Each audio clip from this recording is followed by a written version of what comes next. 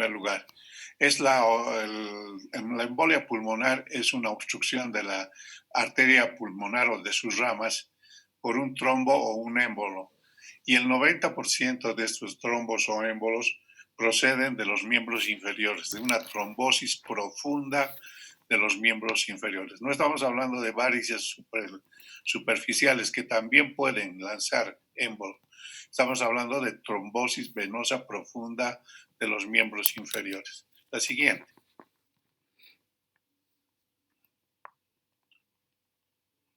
Bueno, el tromboembolismo es una urgencia, ¿no? Cardiovascular y pulmonar, muy común y pasa a veces desapercibida en la medicina general, en la medicina primaria. La oclusión del lecho arterial pulmonar puede producir insuficiencia ventricular derecha aguda y entonces un trastorno hemodinámico muy grave que pone en riesgo la vida del paciente. La siguiente. Bueno, ¿cuáles son los factores de riesgo? Se dividen en tres que ustedes ya los conocen. Factores de riesgo de Virchow, que son el éxtasis sanguíneo, la lesión del endotelio capilar y vascular y los estados de hipercoagulabilidad. Como en nuestro medio, el estado de hipercoagulabilidad más frecuente en La Paz es la eritrocitosis, la poliglobulia, ¿no? La siguiente.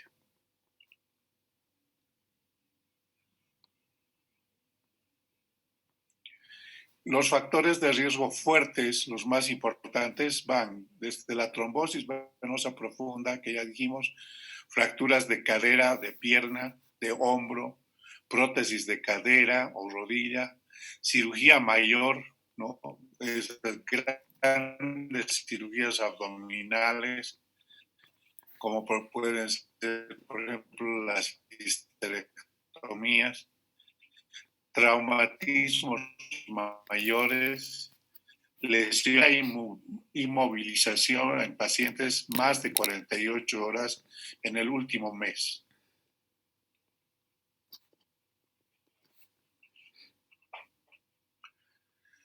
Los factores de riesgo más débiles, digamos, la siguiente, creo que ya esta la hemos pasado. La siguiente. Factores moderados son la cirugía artroscópica, por ejemplo, de rodilla, la instalación de vía venosa central, eso ocurre frecuentemente en nuestros hospitales, la quimioterapia, pacientes con cáncer, la insuficiencia cardíaca o respiratoria, la terapia hormonal sustitutiva en las mujeres, las hormonas, la terapia contraceptiva oral en personas jóvenes, mujeres en edad fértil que utilizan contraceptivos orales, el cáncer, accidente vascular cerebral, el embarazo, posparto, las enfermedades tromboembólicas previas o enfermedad de trombosis venosa previa, tromboembolia, déficit de antitrombina B, déficit de proteína C y S, las mutaciones, la mutación del factor 5 de Leiden, anticoagulante lúpico y síndrome antifosfolipídico. Esos son factores de riesgo moderado. Los débiles, puede ser reposo en cama más de 3 días, de inmovilización en los viajes, por ejemplo, la edad avanzada, la cirugía laparoscópica, la obesidad, las varices, como les decía, las superficiales, ¿no? Y el tabaquismo. La siguiente. Bueno, ¿qué es la fisiopatología? ¿Cómo es la fisiopatología? 6 aspectos, los voy a decir muy someramente porque ustedes esto ya lo han visto en fisiopato. El primer altercado fisiopatológico que produce la embolia pulmonar es una alteración de la relación ventilación-perfusión. Eso es lo primero. Entonces, hay mala perfusión, buena ventilación, ¿no? El alveolo no está afectado, pero sí el vaso sanguíneo capilar de la unidad respiratoria. Por lo tanto, hay una mala relación ventilación-perfusión que produce insuficiencia respiratoria. Basemia. Eso produce hipoxemia. El segundo factor es el acúmulo de plaquetas en el lugar de la obstrucción y el proceso inflamatorio que produce ese acúmulo de plaquetas, reacciones propias del celular y humorales del proceso inflamatorio, produce salida de sustancias vasoconstrictoras y broncoconstrictoras, sobre todo broncoconstrictoras.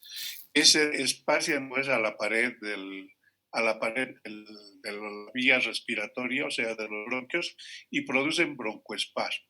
El segundo hecho fisiopatológico, entonces, es el broncoespasmo. Hasta aquí, ¿alguna pregunta, alguna cosa que no esté clara? Ninguno, doctor. No, muy bien, adelante, entonces vamos, seguimos. El tercer factor fisiopatológico es que la zona infartada y la zona embólica del pulmón generalmente es muy periférica y pegada a la pleura, ya sea a la pleura, a la división pleural segmentaria, subsegmentaria, o sea, las cisuras subsegmentarias, segmentarias o lobares, pegado. Por lo tanto, produce derrame pleural. Ese proceso inflamatorio que ya les he comentado, con salida de interleucinas, todos los factores propios de la inflamación a nivel del alveolo y de la pared alveolar, se transmite a la pleura y produce una pleuritis. Esa pleuritis produce un pequeño derrame pleural de tipo hemorrágico, es sangre. ¿Ya? No es un exudado serofibrinoso, sino es sanguinolento. Ese es otro hecho fisiopatológico. El otro hecho fisiopatológico es que ese proceso inflamatorio con acumulación plaquetaria, salida de interleucinas y toda la cascada del ácido araquidónico a nivel de la pared alveolar y del capilar, se transmite a las células que son secretoras del surfactante. ¿Cuáles son las células en el alveolo que secretan el surfactante? A ver, Jerusita, ¿cuáles son? Los neumocitos tipo 2, doctor. Exacto. Se afectan los neumocitos tipo 2, no sale el surfactante y entonces el alveolo se colapsa y produce colapso alveolar que se llama atelectasia, ¿no? Cuando el alveolo está lleno de secreción fibrinoleucocitaria, ¿qué se llama? Miriam, ¿qué se llama cuando el alveolo está lleno de secreción fibrinoleucocitaria? Aumenta el peso del pulmón. Hepatización. Hepatización o condensación, exacto. Entonces, cuando les pregunten qué es la condensación en fisiopato, ustedes dicen ocupación del alveolo. Es ocupación del alveolo. Eso no ocurre puede ocurrir con sangre, puede ocurrir en la embolia pulmonar, pero no es lo frecuente. Lo que frecuente es un colapso alveolar. Y cuando les preguntan qué es atelectasia, ustedes van a responder colapso alveolar. Listo, 2 palabras, colapso alveolar. Entonces se produce colapso alveolar por falla del surfactante.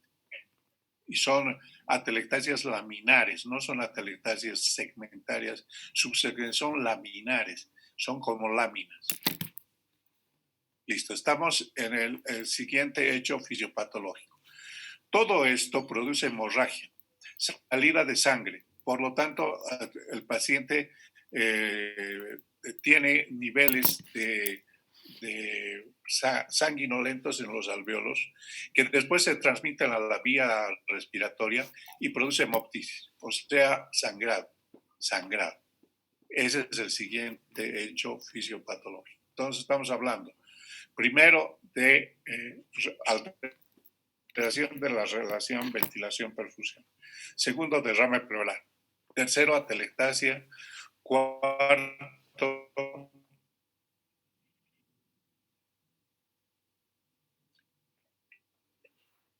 hemoptisis. Y el final de la cosa es que se produce una hiperpulmonar que se transmite desde los capilares hasta el vaso principal e inclusive al ventrículo derecho. Y entonces produce hipertensión pulmonar, esto sector pulmonar agudo, no crónico, sino agudo. Ese es el siguiente hecho fisiopatológico. A ver, ¿cuál más me falta? Bien, yo creo que eso es todo. Eso es todo. Entonces, repasando. 1. Alteración de la relación ventilación-perfusión. 2. Derrame pleural. 3. Atelectasia. 4. Hemorragia y broncoespasmo. Y finalmente, hipertensión pulmonar. ¿Estamos? ¿Alguna pregunta con la fisiopatología? Sí, bien interesante y muy bonita la fisiopatología de la embolia pulmonar.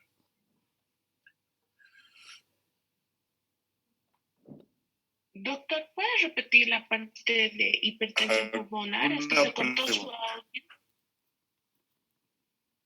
Ya. Se cortó un poco su audio y no se entendió bien. Ya, comprendo. Entonces, la hipertensión pulmonar se produce por aumento de la resistencia de la pared de las arterias pulmonares, que van desde los capilares hasta la arteria principal y después al ventrículo derecho. ¿Por qué aumenta la resistencia de la pared? Por hipoxia, falta de oxígeno. La obstrucción produce falta de oxígeno, eso se transmite y entonces se produce aumento de la resistencia. Por lo tanto, la hipertensión pulmonar de la embolia pulmonar desencadena un trastorno hemodinámico hasta producir un corazón pulmonar agudo, ¿no? Agudo. ¿Está bien? Sí, doctor, gracias. Excelente, muy bien. Entonces, ¿alguna otra pregunta con la fisiopatología? ¿Por qué en la Facultad de Medicina, todas las facultades de medicina del mundo se enseña fisiopatología? Porque la fisiopatología se transmite a la semiología y la semiología se transmite al diagnóstico. Entonces, si un paciente tiene alteración de la relación ventilación pulmonar, ¿cómo se transmite a la semiología? ¿Con qué hecho semiológico se transmite? Con insuficiencia respiratoria. Derrame pleural con síndrome de derrame pleural. Hipertensión pulmonar con aumento del segundo ruido, alteración del segundo ruido o complejo de Chávez. Entonces, todo eso se va transmitiendo al hecho clínico. La siguiente.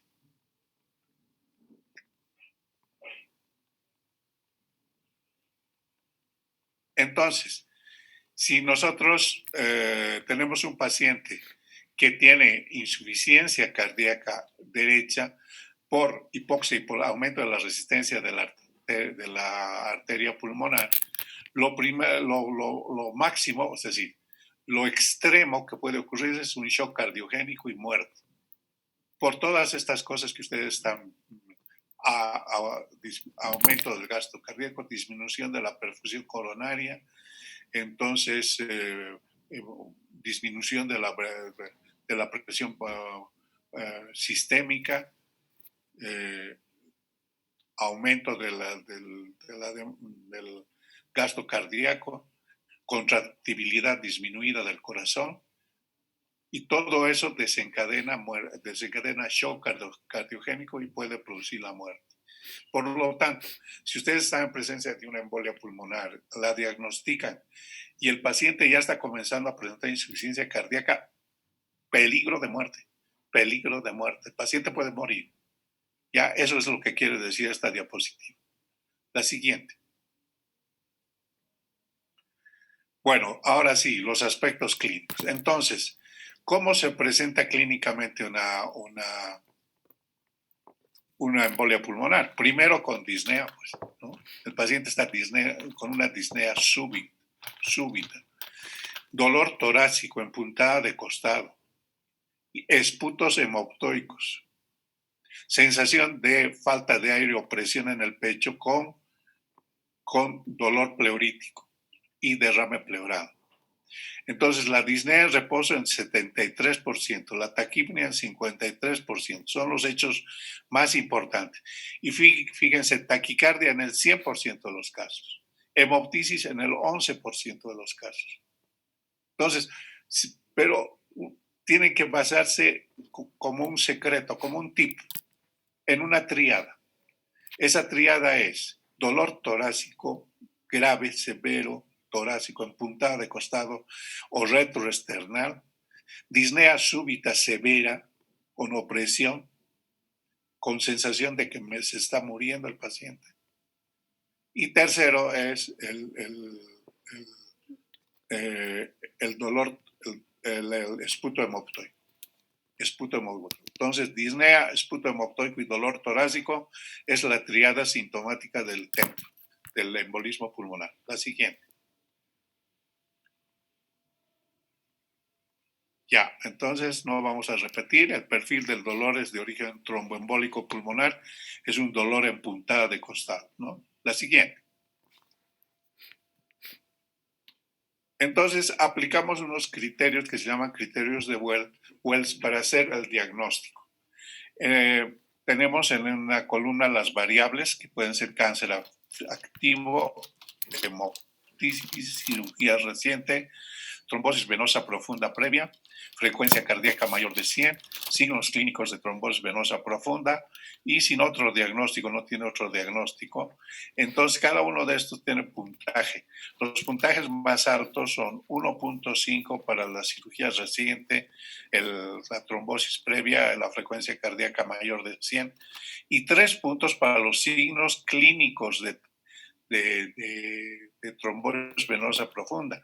¿Cuáles son esos signos clínicos? A ver, ¿quién me dice? Juan Carlos, ¿cuáles serían los signos clínicos que te alarmen a un paciente de esta naturaleza para pensar que tiene trombosis venosa profunda de los miembros inferiores? Podría ser dos signos clínicos. la disnea, pues, doctor. A ver. Te No voy a le jalar no lo pedí. las orejas. Te estoy preguntando cuáles son los signos clínicos de trombosis venosa profunda de los miembros inferiores. Y me estás respondiendo disnea. Sí, Hay doctor. que ver la disnea con los miembros inferiores. Eso no hay que ver, doctor. Me estaba confundiendo con lo otro. Ya, está bien. Broma. Chiste. Entiendo. Doctor, en este caso de los signos sería también en relación a lo que es la... Si no me equivoco, signos clínicos. Era Semiología. Semiología, sí, Juan Carlos. la temperatura, doctor, en el miembro inferior. Ya. Después también habría ¿cómo se llama este? Edema. El edema, doctor. Después también presentaría... Dos pruebas semiológicas. El signo, hacer el signo, ¿cómo se llama? El de... Mira ahorita el nombre. El del A ver, dedo. Marco se ha acordado.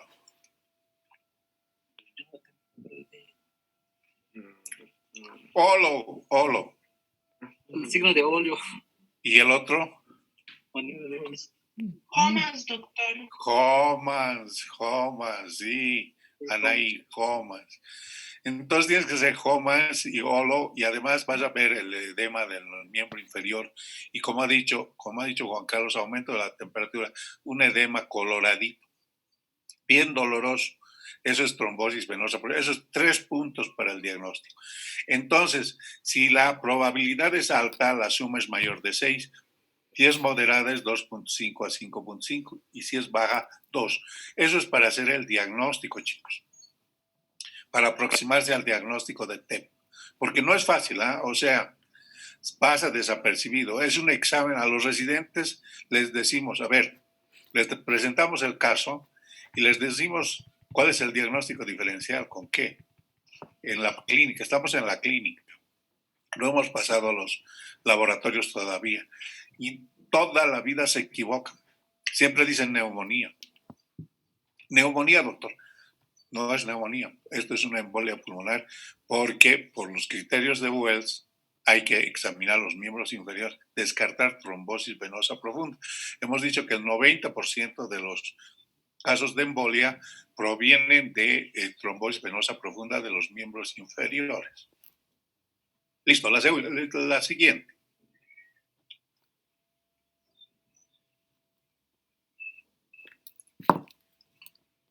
Ya, entonces, resumiendo, mayor de 6, riesgo alto, 2.5 a 5.5, riesgo moderado, y menos de 2, riesgo bajo de que tenga TEP. La siguiente. Bueno, entonces, ¿qué hacemos con ese paciente? Lo primero que tenemos que hacer es una radiografía de tórax. Chicos, medir los signos vitales y especialmente la saturación. El paciente está saturando bajo. La radiografía de tórax nos va a mostrar signos radiológicos, que ya vamos a ver posteriormente, muy característicos de embolia pulmonar, como es el signo de Westermarck, el signo de Fleischner, el signo de Palla, el signo del témpano, etcétera, etcétera. Unos signos que en este más un momento vamos a ver. Una vez hecho eso, pasamos a hacerle laboratorio. ¿Laboratorio qué es? Hemograma, coagulación de la sangre, o sea, un coagulograma, y el dímero D. El dímero D. ¿Qué es el dímero D? Son proteínas de degradación de la fibrina. Entonces, esas proteínas están aumentadas por encima de 500 nanogramos por decilitro. Entonces, si está aumentado, eso ya es un TEP confirmado. ¿Listo? Entonces, vuelvo a repetir. Radiografía de tórax, laboratorio, hemograma, coagulación, dímero D, electrocardiograma para ver si no hay compromiso cardíaco, gasometría arterial para ver el grado de hipoxemia que tiene el paciente.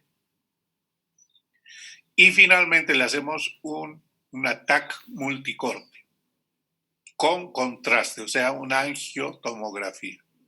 Angiotomografía. Y ahí ya hacemos el diagnóstico. El diagnóstico está hecho.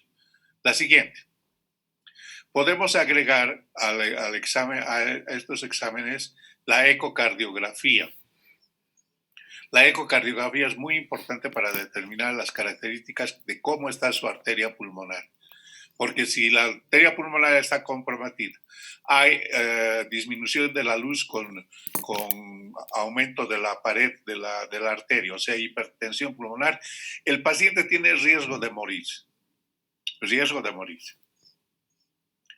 Entonces, los índices pronósticos hay que ver. Los mayores de 80 años, por ejemplo, es un riesgo pronóstico severo. El sexo masculino, aunque ustedes no lo crean, las señoras responden mucho mejor al tratamiento que los varones. Y algunas comorbilidades, como cáncer, diabetes, hipertensión, insuficiencia cardíaca, EPOC, que el paciente fumador hace una embolia muy grave. Y algunos datos clínicos como el estado mental, la presión arterial sistólica mayor de 100, la frecuencia cardíaca 100 por minuto, la saturación por debajo de 90, frecuencia respiratoria por encima de 30 y la temperatura por encima de 35. Entonces, esos son factores pronósticos. La siguiente.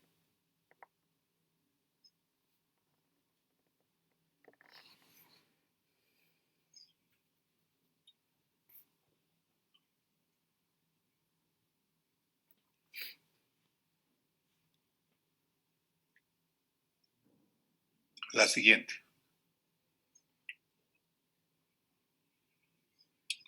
Ya, entonces repetimos, hemograma, bioquímica con coagulación, los leucocitos están aumentados, hay aumento de la BCG, las troponinas están aumentadas, en la gasometría hay hipoxemia, a veces hipocapnia, porque el paciente hiperventila. La siguiente.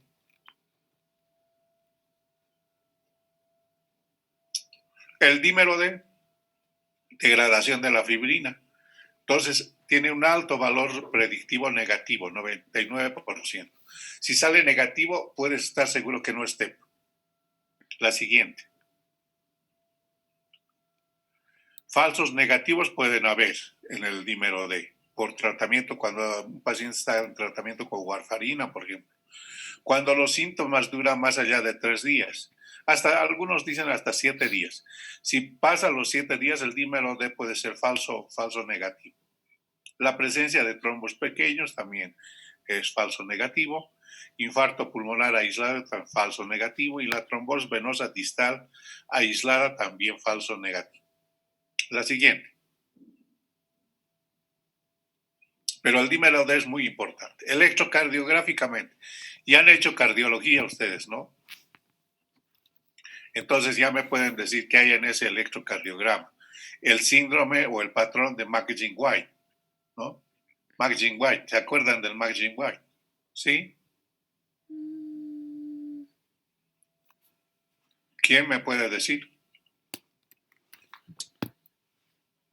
A ver, Andrea, ¿qué opinas del McGinn-White?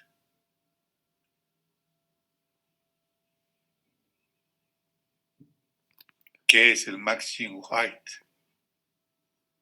Andrea. Doctor. Sí, Andreita, dime. A ver, el McGinn-White es un complejo o patrón. Ya. Mm, ¿Qué muestra en el electrocardiograma? Va a mostrar una onda T negativa. Ya, está bien. 3. Onda T negativa en 3.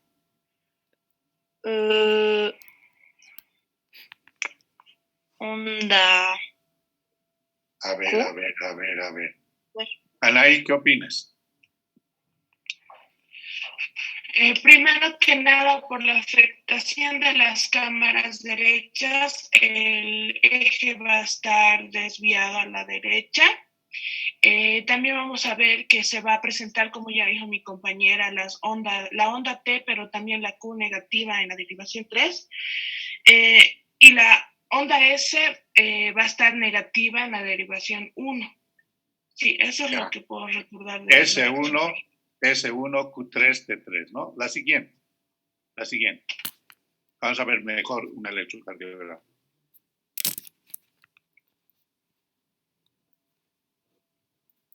Entonces, el electrocardiograma presenta el patrón S1, Q3, T3, ¿no? Inversión de la onda T, como decía Andreita, en B1 y desde B1 a B3. Y bloqueo completo o incompleto de la rama derecha por crecimiento del ventrículo derecho. Ese es el patrón electrocardiográfico que nos va a presentar. Pero no siempre se presenta esto. Puede presentarse sin alteraciones cardíacas. La siguiente. Ahí está. El S1, Q3 y T3, invertida, ¿no? ¿Qué les parece? Está claro, ¿no? No hay ninguna pregunta al respecto. No, doctor. No, doctor. Muy bien, vámonos a la siguiente. Ya vamos a ir terminando. Bueno, ya hemos dicho que la radiografía de tórax presenta hallazgos muy frecuentes como es cardiomegalia, pequeños derrames pleurales, atelectasias laminares por encima de los diafragmas. Laminares quiere decir como líneas, atelectasias como línea. El signo de Westermarck es menos frecuente, es aumento del diámetro de la arteria pulmonar con oligoemia o falta de irrigación focal. La joroba de Hampton, que es una condensación parenquimatosa triangular que hemos visto en los patrones radiológicos, se asocia también a infarto pulmonar y la radiografía suele ser normal en el 12% de los casos. No es poco el porcentaje de radiografía normal. La siguiente. Ahí está una atelectasia laminar. Es una línea que va desde la región paracardíaca derecha hasta la pared, ¿no? Es una línea atelectásica. Signo de Fleischner. La siguiente. Signo de palla. Fíjense, es como un ratoncito. Su cabecita del ratón y su colita va bajando. Va bajando. Eso.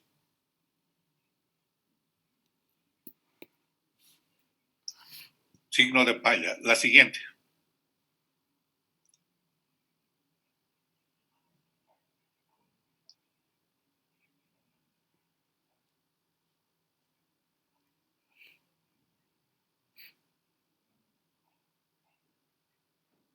No lo puedo sacar de su un ratito. Se ha colgado. Se ha colgado, ¿no? Esperemos un ratito. Ahora sí. Ese es el signo de Westermann. Miren, donde está la flecha está la rama derecha de la arteria pulmonar. Está engrosada, está aumentada de diámetro. Y en la parte vecina, por encima, hay oligoemia, o sea, falta